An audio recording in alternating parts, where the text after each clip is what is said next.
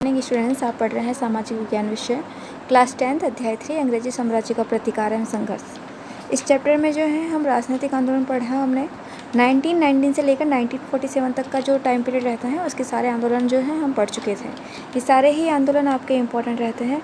जो भी असहयोग सवन्य भारत छोड़ो आंदोलन जो भी सारे हैं वो सारे इम्पोर्टेंट रहते हैं। हमने कल की क्लास से जो है जनजातीय किसान एवं प्रजामंडल आंदोलन शुरू कर चुके थे। भगत आंदोलन और एक ही आंदोलन हमने पढ़ा। इसमें जो आपके मोतीलाल तेजावत और गोविंद गुरु जो थे वही इंपॉर्टेंट रहते हैं। ठीक है, अभी जो हम पढ़ने वाले हैं किसान आंदोलन, इसके बारे में हम पढ़ना स्टार्ट करेंगे। यह हम राजस्थान के विषय में जो भी किसान और जनजातीय आंदोलन रहते हैं उसके बारे में हम पढ़ रहे थे और अब हम पढ़ने जा रहे हैं किसान आंदोलन के बारे में। देखिए, राजस्थान की राजनीतिक, सामाजिक और आर्थिक संरचना जो थी कैसी थी? सामंती व्यवस्था थी। ये संरचना भी किस प्रकार की थी? आपकी त्रिस्तरीय थी। ठीक है, तो 3 स्तरों में जो है इस प्रकार की हमें संरचना जो है स्थिति जो देखने को हमको मिल रही है। तो ये 3 संरचनाएं जो है किस किस रूपों में थी? आपकी पहली जो रहेगी आपका कृषक वर्ग रहेगा जो कि सबसे निम्न वर्ग का है। इसके बाद में जो आपका पॉइंट रहता है वह रहेगा आपका जागीरदार वाला जो 2nd नंबर पर आएगा। तीसरे नंबर पर रहता है आपका शासक वर्ग। इस प्रकार से जो है आपकी संरचना दे रखी है 3 स्तर की।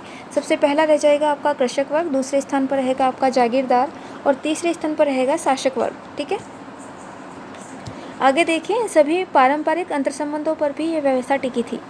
ठीक है, तो 3 प्रकार की संरचना देखने को मिलती है और ये तीनों संरचना में आप एक बारी एक चीज़ नोटिस की होगी आपने कि शासक वर्ग और कृषक वर्ग के मध्य एक वर्ग आ रहा है, वह वर्ग है आपका जमींदारी वाला वर्ग।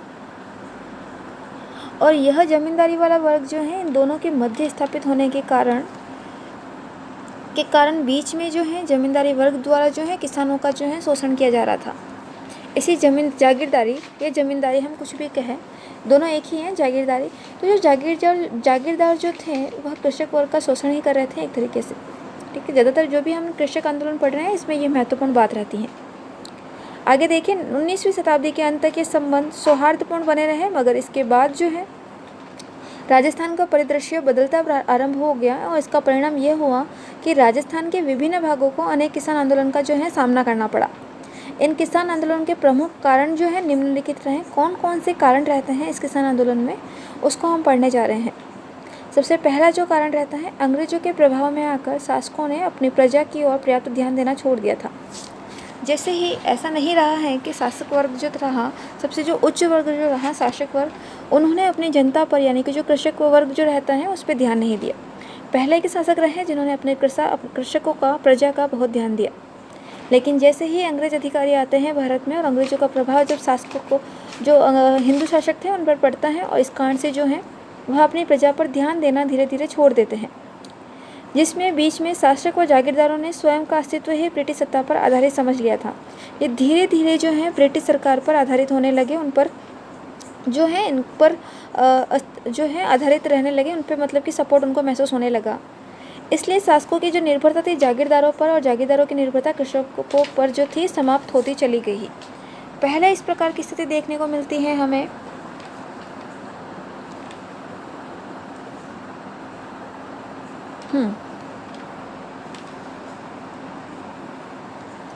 पहले हमें इस प्रकार की स्थिति देखने को मिलती थी कि पहले शासक और जमींदार या जागीरदार दोनों ही कृषकों पर जो है अपना स्वामित्व स्थापित कर रही थी या उन पर अधिकार समझ रही थी। लेकिन जब अंग्रेज अधिकारी आ जाते हैं तब उन पर जो है जागीरदारों पर और जागीरदारों की जो निर्भरता होती है कृषकों पर, वह समाप्त होती चली जाती है। इसके बाद में जब हम देख रहे हैं कि राजस्व अधिक वसूला जा रहा है, किन से? कृषकों से। बेगार लिए जा रहे हैं, लोगों में भी अप्रत्याशित वृद्धि देखी गई है। यहाँ पर कुछ राज्यों में तो लोगों की संख्या जो है 300 से भी क्या हो गई थी? अधिक हो गई थी। तो दूसरा कारण जो रहता है आपका राजस्व अधिक वसूल करना। पहला कारण रहता है निर्भरता कम होना जागीरदारों का कृषकों पर। राजस्व जो है अधिक वसूल लिया जाने लगा। राजस्व यानी कि जो टैक्स हम पे करते हैं वह। इस टाइम पीरियड में जो है व्यवसायों से विस्थापित लोगों की कृषि पर निर्भर हो जाने के कारण कृषक मजदूरों की संख्या में वृद्धि हुई। कृषक मजदूरों की संख्या में वृद्धि होने के कारण जागीरदार के रुख में अधिक कठोरता आ गई। यहाँ पर जो व्यक्ति व्यवसायी थे, जब व्यवसाय का स्थापन होता है और वह व्यक्ति भी क्या करने लग जाता है? कृषि करने लग जाता है। और कृषि करने के कारण से कृषकों की मात्रा भी क्या हो जाती है, बढ़ जाती है, उनकी वृद्धि हो जाती है, कृषक मजदूरों की संख्या में वृद्धि हो जाती है। और जब मजदूरों की संख्या में वृद्धि होती है तो जागीरदारी जो होते हैं उनकी तरफ जो है अपना कड़ा व्यवहार रखते हैं उन मजदूरों और कृषकों की तरफ। तो तीसरा कारण रहता है आपका जागीरदारों का जो रुख में अधिक कठोरता बरतना। अगला आता है कृषकों द्वारा जो उत्पादन किया जा रहा था उसमें गिरावट आ रही थी। इजाफा दोनों स्थितियों में कृषकों के लिए लाभकारी नहीं था। ये स्थिति हमें वर्तमान में भी देखने को मिलती है कि कृषकों द्वारा जो उत्पादन किया जाता है उस उत्पादन का जितना मूल्य होता है उतना मूल्य जो है कृषकों को नहीं मिल पाता है। आप देखेंगे कि वर्तमान टाइम पीरियड में भी क्या होता है, सरकार जो है उन कृषकों से कम मूल्य पर जो है सारा उत्पादन उनसे खरीदती है और ख़रीदने के बाद में कम पैसों में ख़रीदती है, लेकिन उनके द्वारा जब आम जनता में वापस ये बिकने के लिए जाता है लेकिन अधिक मूल्य में जाता है। तो बीच में इस प्रकार की स्थितियाँ देखने के कारण उनको कृषकों को जितना उत्पादन का मूल्य मिलना चाहिए होता है उतना मूल्य उनको नहीं मिल पाता है। तो इस प्रकार से जो है कृषकों को जो है लाभकारी स्थिति नहीं होती है। जहाँ एक और कीमत में गिरावट के कारण कृषकों की बचत का मूल्य कम हो जाता है, वहीं कीमतें बढ़ने के कारण भी उसे लाभ का भाग नहीं मिल पाता है। कीमतें जागीरदार लगान जिन्स के रूप में लेता है।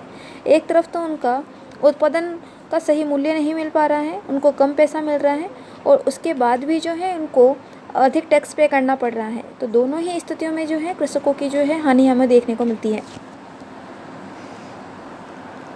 आगे देखिए, अंग्रेजी प्रशासनिक व्यवस्थाओं को अपनाने के फलस्वरूप सामंतों का कृषकों के प्रति उदार एवं पैतृक नज़रिया बदल गया था। अब जब अंग्रेज सरकार आती है, अंग्रेज प्रशासन की व्यवस्थाएं जो है वह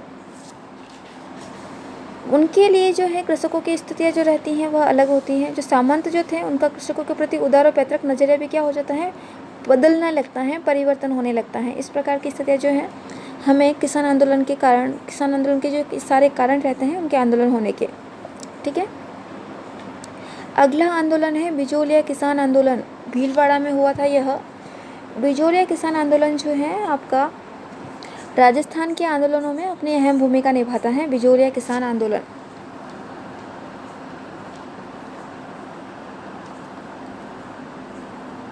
देखिए, बिजोलिया किसान आंदोलन जो कि आपका भीलवाड़ा में हुआ था। भीलवाड़ा जो है राजस्थान के दक्षिणी क्षेत्र में है। यहाँ पर है आपका भीलवाड़ा।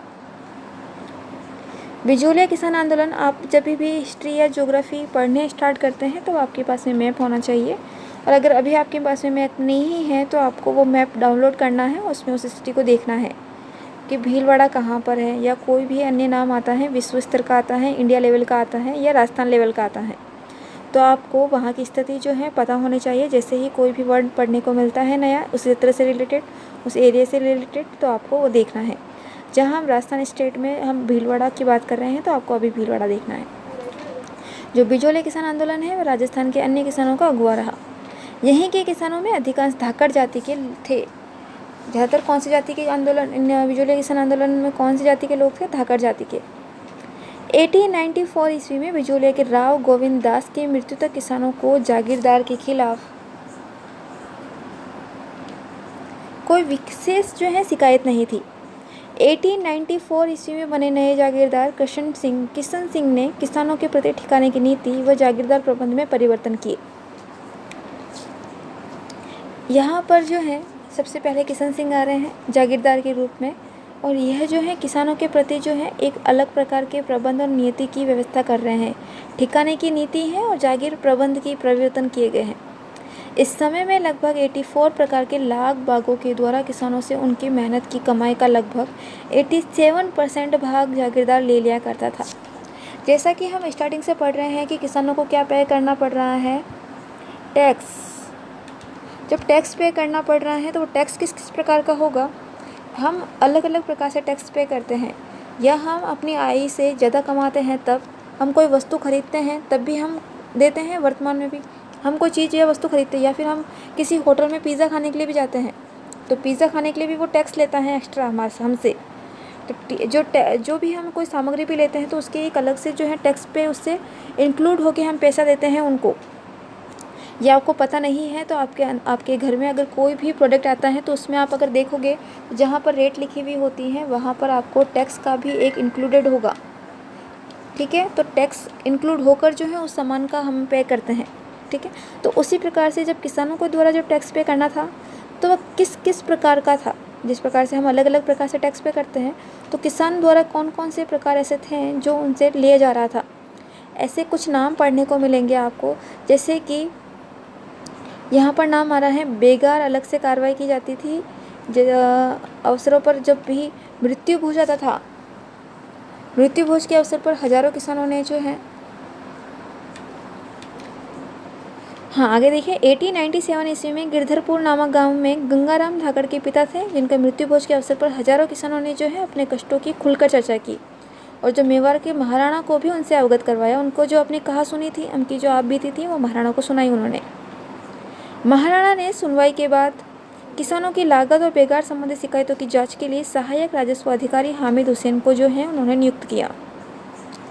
यहाँ पर जब वो सारे किसान जो है महाराणा के पास में अपने सारी जो है स्थितियों को बताते हैं, अपनी परेशानी को बताते हैं, तब वह एक हामिद हुसैन को नियुक्त करते हैं जो कि उनका राजस्व अधिकारी होता है जांच के लिए। हामिद हुसैन ने ठिकाने के विरुद्ध महकमा खास में रिपोर्ट दी। ठीक है, किंतु उसका कोई परिणाम नहीं निकलता है। महाराणा द्वारा किसानों की आपबीती सुनी भी जाती है, उनके द्वारा महकमा हामिद हुसैन को नियुक्त भी किया जाता है, लेकिन महकमा खास में रिपोर्ट भी आती है, लेकिन कोई परिणाम नहीं मिलता है, कोई परिणाम नहीं निकलता है। राज्य की तरफ से ठिकाने को मात्र 1-2 लागतें कम करने को कहा गया। इसमें राव कृष्ण सिंह का हौसला बढ़ गया, लेकिन सिर्फ कितना % का उनको कम होता है, 1-2 लागतें, मतलब कि बहुत सारी लागतें हो रही हैं, बहुत सारा अलग अलग प्रकार का लिया जा रहा है टैक्स, लेकिन 2 चीज़ों में 1 या 2 लागतें जो है उनके लिए कम कर दी जाती हैं। इसके अलावा विभिन्न प्रकार के लागू 1899 से लेकर 1900 ईस्वी तक भयंकर जो है 56 अकाल पड़ता है बिजोलिया में, और उनकी स्थिति क्या हो जाती है, किसानों की स्थिति दयनीय हो जाती है जब 56 अकाल होता है, यानी कि भयंकर वाला इतना गजब का अकाल पड़ता है। कहाँ पर, भीलवाड़ा में। और किसानों की स्थिति कितनी कैसी हो जाती है, दयनीय हो जाती है। इसके बावजूद जब किसानों की स्थिति दयनीय हो रही है, किसान टैक्स पे नहीं कर पा रहे हैं, अकाल इतना पड़ रहा है, उसके बावजूद उनसे चौरी कर नामक एक नया कर लिया जा रहा है। कृष्ण सिंह ने किसानों पर एक चौरी कर नामक कर लगाया है। ठीक है, तब यह कर जो है किस लिए लिया जाता है कि हर व्यक्ति को अपनी लड़की के विवाह के अवसर पर जो है 5 रुपये ठिकाने के कोष में जमा करवाना पड़ता था।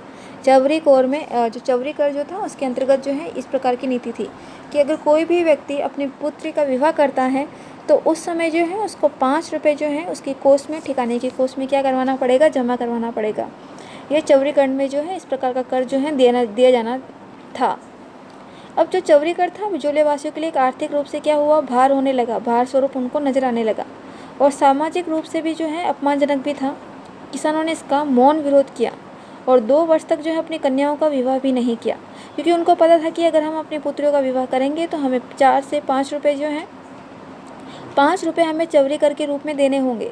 तो 5 रुपये चौरी करके देने के लिए उन्होंने जो है 2 वर्ष तक अपनी पुत्रियों का, कन्याओं का विवाह ही नहीं किया। इस प्रकार से जो है उन्होंने मौन रहकर जो है चौरी कर का क्या किया है, इन्होंने विरोध किया है। आगे देखिए, किसानों के प्रतिरोध के आगे राव की चौरी की लाग उठने लगी और फसल में ठिकाने का हिस्सा 2/5 लेने, कुत्ता करने वाले अहलकारों के साथ 20वीं आदमियों को न बुलाने की घोषणा भी जो है की गई। यहाँ तक जो है हमने उनकी स्थिति के बारे में पढ़ा, किसानों की स्थिति किस प्रकार की रहती है। कल की क्लास में हम बिजोलिया किसान के आंदोलन के लिए कौन कौन से आंदोलनकारी खड़े होते हैं, कौन कौन से क्रांतिकारी आगे आते हैं और किस प्रकार से जो है बिजोलिया किसान आंदोलन में जो है मदद करते हैं उनकी, और उनको जो है करमुक्त करते हैं उन किसानों को। तो कल जो है उनकी लड़ाई को हम कल पढ़ना स्टार्ट करेंगे। आज के लिए इतना ही। Thank you.